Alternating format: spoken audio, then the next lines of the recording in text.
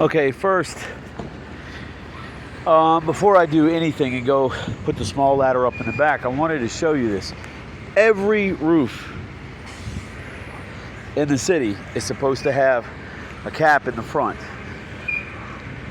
meaning it needs to be flashed. Roofing cement, bonding fabric, and another layer of roofing cement. This is about, what is this? About 8, maybe a hair under 8 rolls. But what I want to tell you is there are pockets. First, let me show you some things. Somebody tried to stretch this roof. Rather than seaming the roof or bleeding the roof, you can see these trowel marks, these where they tried to butter the seams rather than coat it effectively. See these cracks? Now, not every time you get a rain, you're going to see or feel precipitation. But if you had a tire that looked like this, here's my shoe, and this is a 10.5 Under Armour. If you have a tire that looks like this on a bike or a car, you have to ask yourself the question, how well is that going to hold air? On a roof, we switch it and ask the question, how well does this protect against water penetration? And here's the reason why. Because once I start to get about here, I feel squishiness. This is about midway of the roof, which means that you're gaining precipitation through this roof that was already stretched. Here's the original.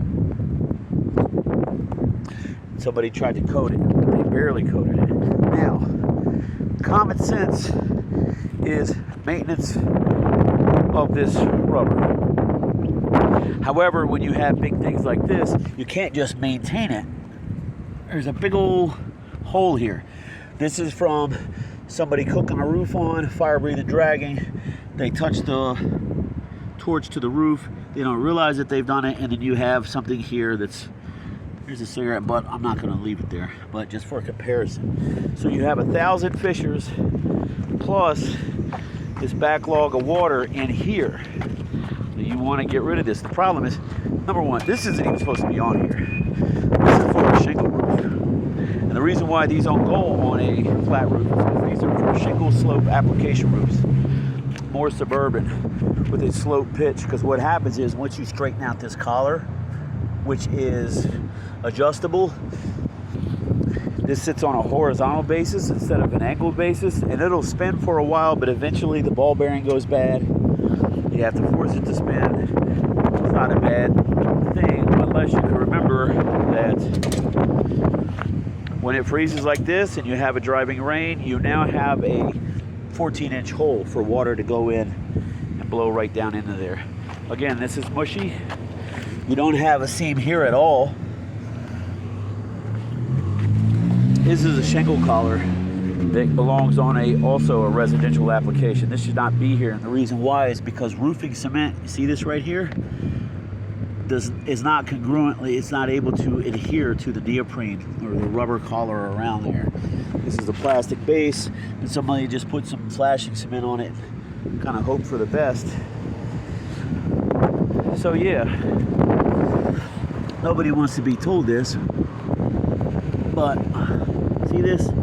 How effective against water penetration do you believe that is? And when you have areas like this that are completely open, along with a million of these tiny little fissures, and then other areas where there's no weld at all, you may not have a waterfall every time it rains, but please remember that you have a leak before you ever see water, before you ever see any moisture. So what I would recommend is pulling this whirlybird off of there, yanking that shingle collar off of there, that pipe collar off of there, and running a straight base like this is, which is simple. Leaving the material, well, yeah, I feel that. What if I can catch that on.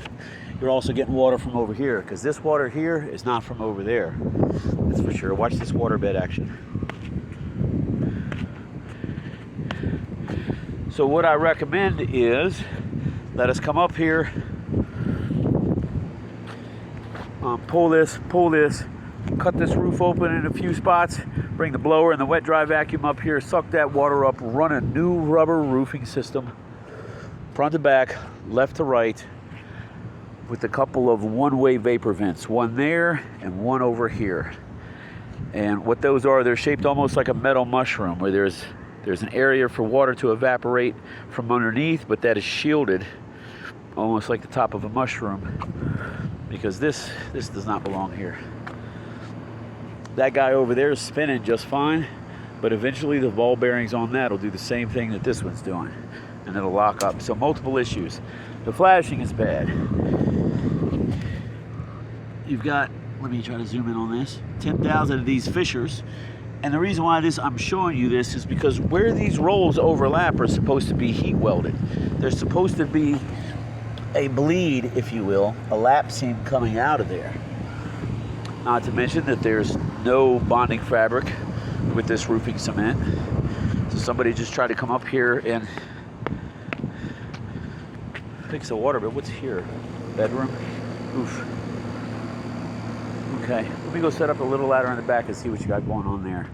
But yeah, I would recommend, highly recommend, throwing 8 rolls of rubber on here, running this the right way, new metal across the top, yank that, take that pipe collar off, put a metal one way there, a one way there, run the walls onto the parting wall so you're not collecting water like we could see from that waterbed area there, and run this to the edge and flash it closed with H6F metal capping the same way everybody else has. It doesn't have the old terracotta from the old days, which are no good also, because this is what happens underneath. Flashing separates, and then the joints of the terracotta start to leak. Yeah, 8 rolls, remove, replace, 2 vents, and new rubber roof front to back, and not worry about it for another 20 years. You're done up here. Let me go see what's going on in the back.